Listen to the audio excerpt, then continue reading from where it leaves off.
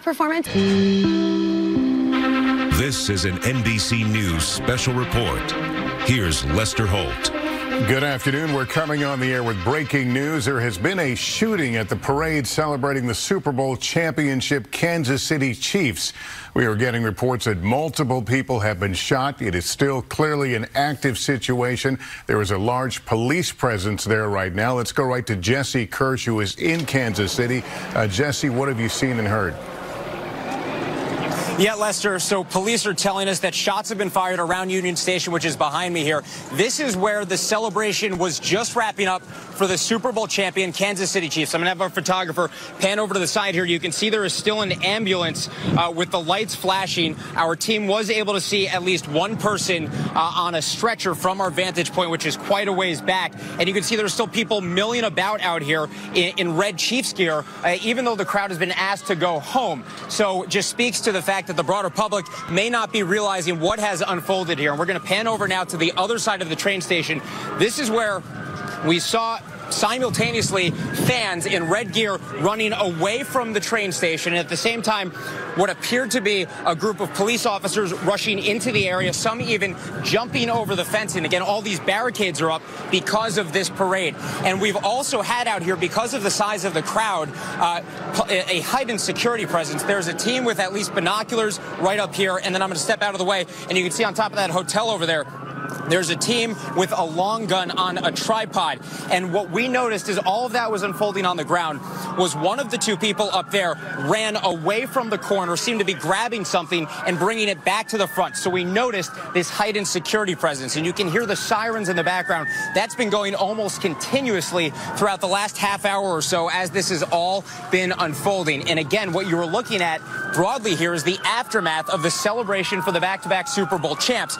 And officials had expected, because of the weather, among other factors, that there could be around 1 million people out here in the downtown today along the parade route and around here for the rally. Certainly not all of them over here, but there were easily thousands of people, if not tens of thousands of people, in this immediate vicinity when this incident appears to have unfolded. And again, more broadly in the area, official Lester, potentially around 1 million people. At this point, it is mostly calm out here, but certainly you can see that these teams that have been on the rooftops are keeping a close eye on what is unfolding right around that train station, Lester. Yeah, and we've seen some of the video that's come into us. We saw a woman a moment ago on a stretcher. We don't know her condition or what she experienced, but being taken obviously to an ambulance.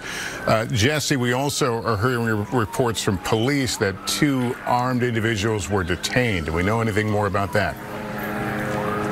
So I can tell you from where we are, we did not see anyone being arrested from all the way back here. And at this point, Lester, it is quite calm. We're not seeing anyone being moved around in handcuffs. We have just been able to see that one person on a stretcher so far from this vantage point. And again, there are just still many people out here who are walking around, and I can see off in the distance people all the way over there, Chris, if you can show it, people on a bridge continuing to stream out of here, as you would see after any major sporting event, let alone a parade of this size. And it just gives you an idea, Lester, of how many people are still in this area. And if they were in a position where they had to be running, it would have been quite difficult for them to make it away from this area in a quick timeline. And put this in some time perspective for us. Did this occur at the end of the parade, and where was the parade in relation to the shot you were able to show us? Yeah, so the festivities have been going on for a couple hours. Off in the distance back there, into the skyline, that's where the parade began around 11 a.m. local time, so that's about noon Eastern. It was about a 2-mile route that went down that way and then brought the team over here, and they rallied on the stage for about an hour. I would say about a quarter before 4 Eastern, that's when we saw the rally wrapping up and people started dispersing. And within minutes of the typical breakup of an event like that, we noticed that there were people who weren't walking out, but who were running away from the area off in that corner. Again, that's around that same time, Lester. So it's about 45 minutes or so within the last 40 minutes that we saw people running away, what appeared to be security or police personnel rushing in. And again, those teams on the rooftops suddenly became in a posture that, gave us the sense that something more serious was going on. Yeah, and this all occurring at a celebration for the Chiefs over their Super Bowl win. Do we know, was their bus anywhere in sight of where the activity was occurring? Yeah, so there were multiple buses involved with this parade, and what it looked like was going on is they were dropping the team off when they went on stage. We know that Union Station is a massive space. There's certainly plenty of space within there where the team could have been holding, trying to get out in the aftermath of the parade. But it appeared from what we could tell that the team was not on stage at the time that this happened. And again, Lester, it was going on as the rally had wrapped up and people were in larger numbers moving away. So clearly the crowd more broadly felt that the event had wrapped up at that point and were moving away. But the broader trickle out of fans did not change even after we started to see that up-close police activity. So it gives us the sense that people on the ground on this field behind us wouldn't have been hearing gunshots ringing out. All right, Jesse Kirsch, I'm going to ask you to stand by as we continue to watch the activity, some of the video that's come in. Again, we can only tell you that multiple people have been shot at or around the parade, the celebration parade in Kansas City for the Chiefs over their Super Bowl win. We also understand from police that 2 people have been detained, described as armed individuals, have been detained. This happening near the Union Station in downtown Kansas City. I want to bring in now Rob D'Amico, a former FBI supervisor. Rob, I noticed in some of the shots of police, numerous patches, numerous uniforms for an event of this size in a city the size of Kansas City. I would think there would already be a lot of police from a lot of places at this location.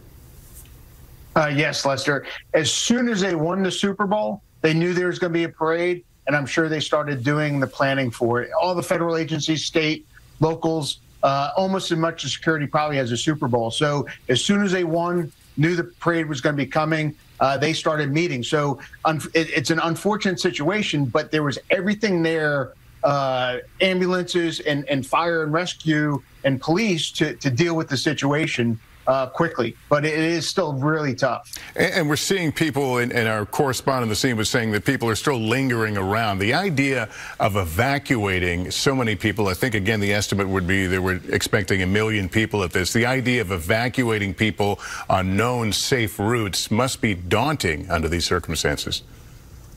Oh, absolutely. I'm surprised that there's not more injuries from a mass panic, and that may be because they actually didn't hear gunshots or they thought it was some part of the celebration, and only ones really close to it understood that there was a shooting.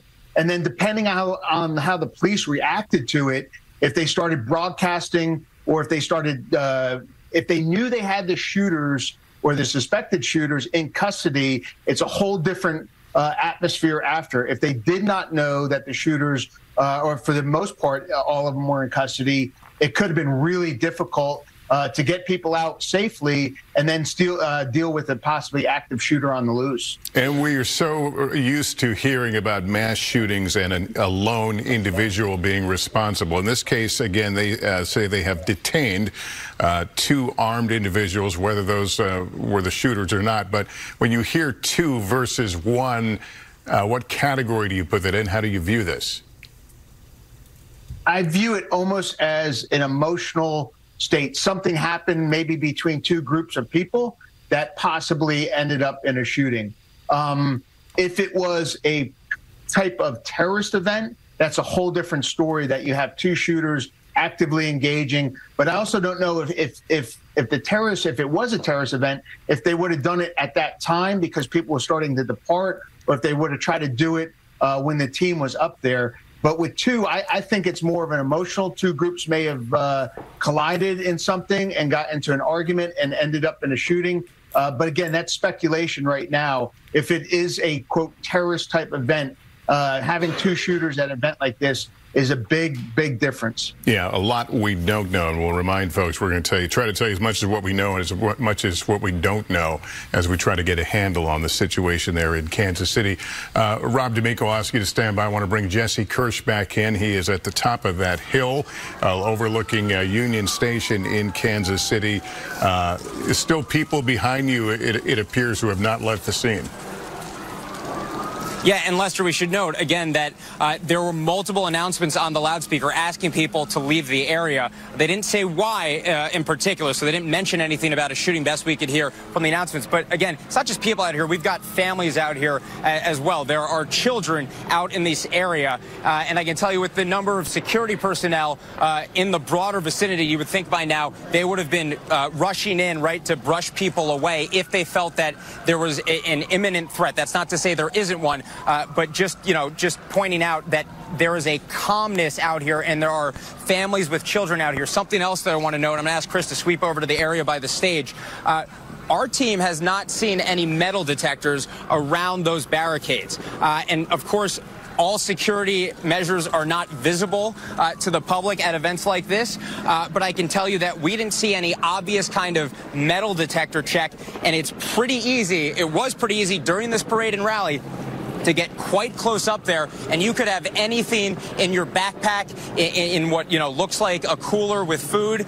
There wasn't a bag by bag check with people getting fairly close to that immediate vicinity around the stage, Lester, and I'm sure that's something that we'll have questions for officials on, and it might be something that'll be looked at moving forward. Yeah, you mentioned families and children. Do I take it schools were out in Kansas City today for this celebration?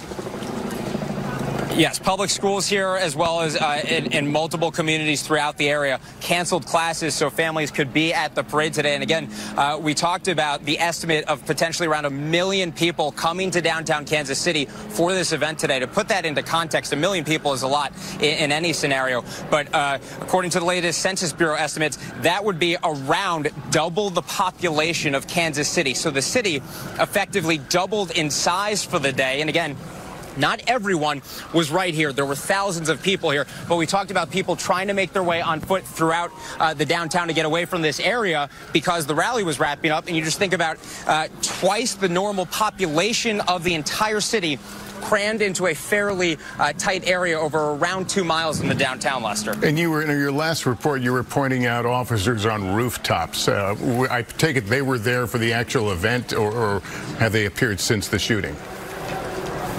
No, they'd been here since the actual event, and what stuck out to us, Lester, and again, we can show the team. There's just one person for the moment now off in the distance. That's a hotel rooftop across the street from Union Station.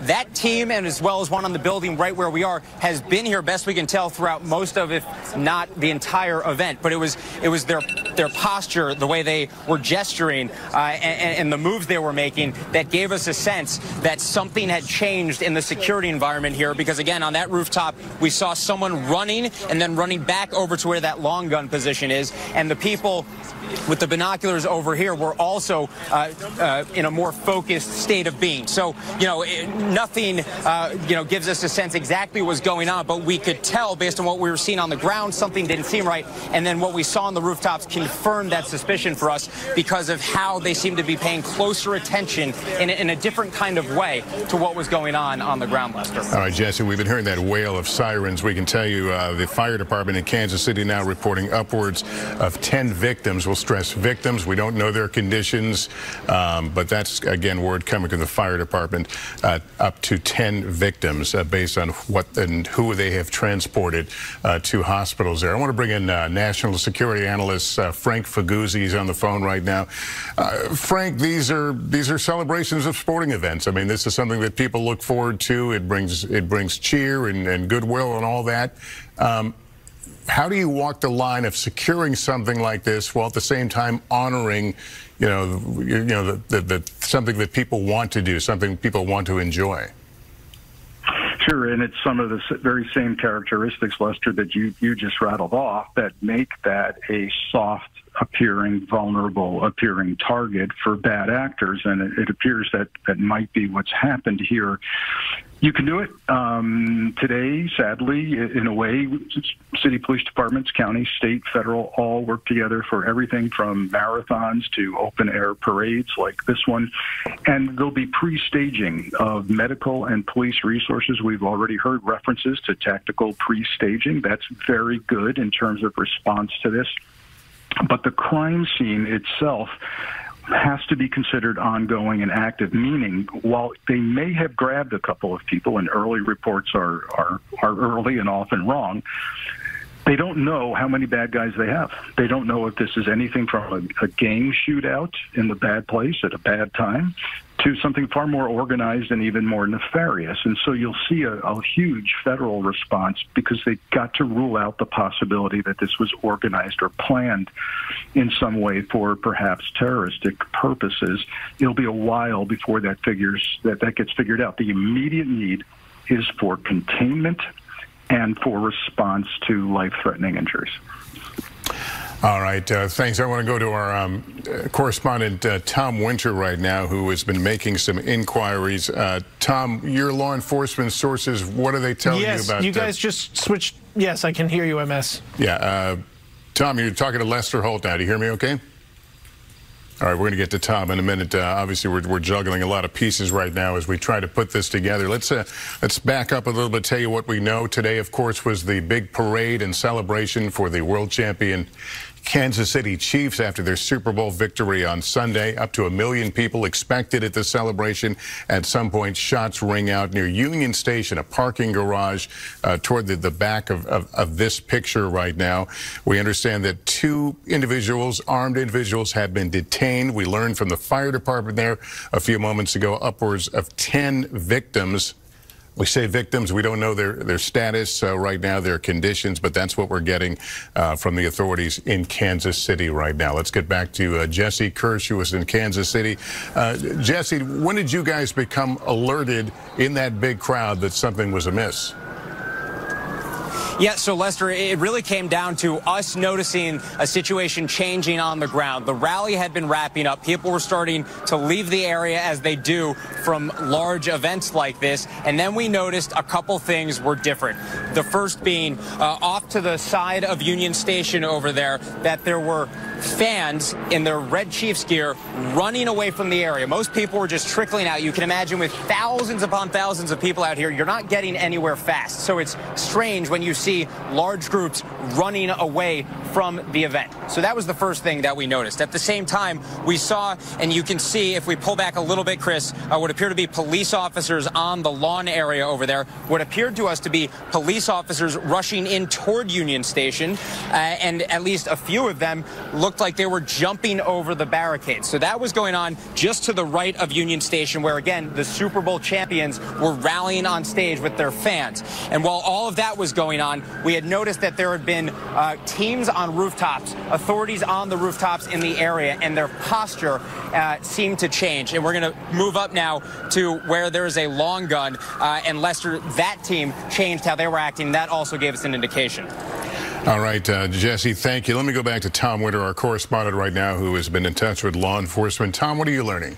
Yeah, a couple different things here, Lester. There's no initial indication of a motive one way or another. So are we talking about a dispute between individuals who attended this celebration together? Are we talking about something that, you know, we got a lot of people in a tight crowd, alcohol being served? Was there some sort of a fight or something that broke out of that? Or is this something that's more nefarious? We are in, as the New York City Police Department puts it, I think appropriately, a heightened security environment, given what happened in October 7th in Israel and Hamas's attack on that country and what we've seen since then. So you always have that in the back of your mind, but we also have and have to keep in mind that this could easily be something that is much more local and between certain individuals. And anytime you have somebody firing a weapon in that crowded of a space with that many people around, if you miss, obviously you can hit an innocent bystander. So more reporting needs to be done, Lester. It's not immediately clear what is behind this. As you've been reporting, there are 2 people in custody, according to police. And I think that's an important note as well, because typically in these shootings, if it is an active shooter or a terrorist, they're typically lone actors. But we'll keep working the phones and bring you more as we get it. All right, Tom Winter, as we continue to watch these pictures and we gather more information, we'll have much more on this developing story on our digital streaming network, NBC News Now, also at NBCnews.com. Of course, I'll be back with full coverage tonight on NBC Nightly News, and we'll pop back on the air if events warrant. In the meantime, we'll see you tonight on Nightly News. This has been an NBC News Special Report.